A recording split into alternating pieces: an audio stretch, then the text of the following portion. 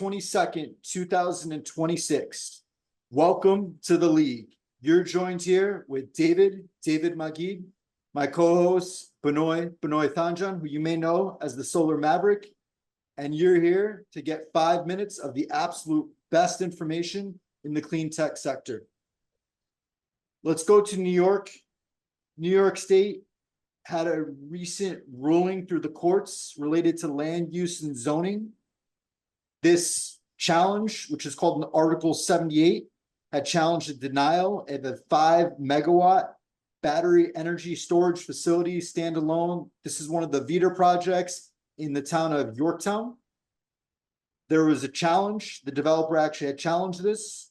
And, through this challenge, it laid down the groundwork to actually establish battery energy storage as a public utility. This is actually a very big deal, and it follows what Freepoint Solar had done with the town of Athens, years past.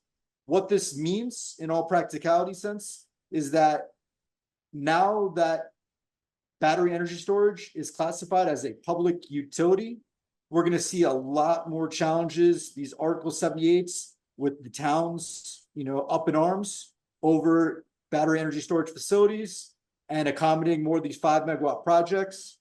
Also notice this in the town of Clay in further upstate New York, where there's a few other projects that are being developed that also recently established an order, enabling these technologies. So with that being said, what I'm expecting is, honestly, in the next couple of years, 2 or 3 years, a lot of these projects are going to start to get permitted.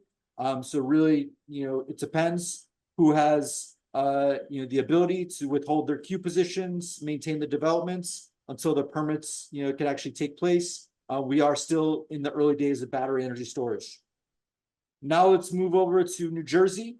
The governor had executed the Power NJ Act, and this Power New Jersey Act is related to nuclear power. There has been a procurement 1.1 gigawatts worth of nuclear. The solicitation is opening next year, and this solicitation had been clearly indicated that they're not going to have the ratepayers taking on construction risk, overrun risk, which is a huge issue when it comes to developing nuclear power, is actually constructing these projects because of how long they take and how every single project has had overruns, especially within the US. So to be seen how this goes. Some really exciting patterns going here, and that's that. Thank you, David. Always great information. And you're right, it's still early in battery storage. We've been talking about it for a while, but it's definitely very early. And then obviously nuclear in New Jersey, that's interesting to note. So I appreciate you talking about that. I'm actually going to focus on a panel that I was on July 9th. And I had the opportunity to serve as both the speaker and moderator for the Young Professionals in Energy in New York City.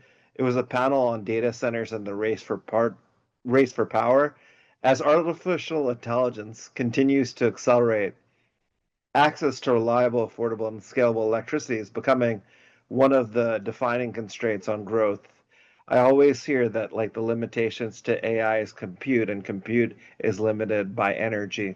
One of the important questions that we discussed was, how can data centers that need power quickly realistically be built fast enough in the near term? The answer usually is not one technology. Solar and battery storage can be deployed relatively quickly, especially behind the meter. However, they might not be able to provide all the continuous power required by the large data center on their own.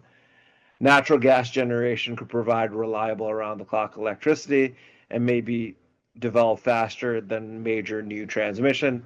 However, equipment shortage, permitting, fuel availability, emission requirements, and local opposition can cause delays. The most realistic solution may therefore involve a combination of solar, storage, natural gas, fuel cells, microgrids, demand flexibility, and phased development.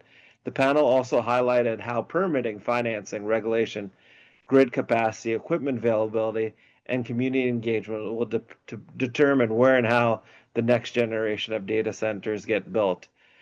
The bottlenecks vary by market, but interconnection and transmission upgrades are often among the most difficult challenges because they involve long queues, expensive upgrades, and many different stakeholders. My biggest takeaway is that the speed to power requires much earlier collaboration among data center customers, utilities, developers, regulators, investors, and local communities. The winners in the AI economy will not simply be the companies with the cheapest electricity. They'll be the companies that can secure the fastest, most reliable, financeable, and scalable path to power. Thank you to Francis James of Float of AI for organizing the panel and being one of the panelists, YP for organizing a great event, Alumni Ventures for hosting it, and my fellow panelists, Francis, Zega, Mike, and Tomas. Thank you for your time. You've enjoyed 5 minutes of some of the best information at the intersection of energy, business, and emerging technology. And let me include AI. If you enjoyed this episode of The League, please like the episode, give the podcast a 5-star review, and subscribe so you never miss a future conversation. We'll see you next time on The League. Thank you.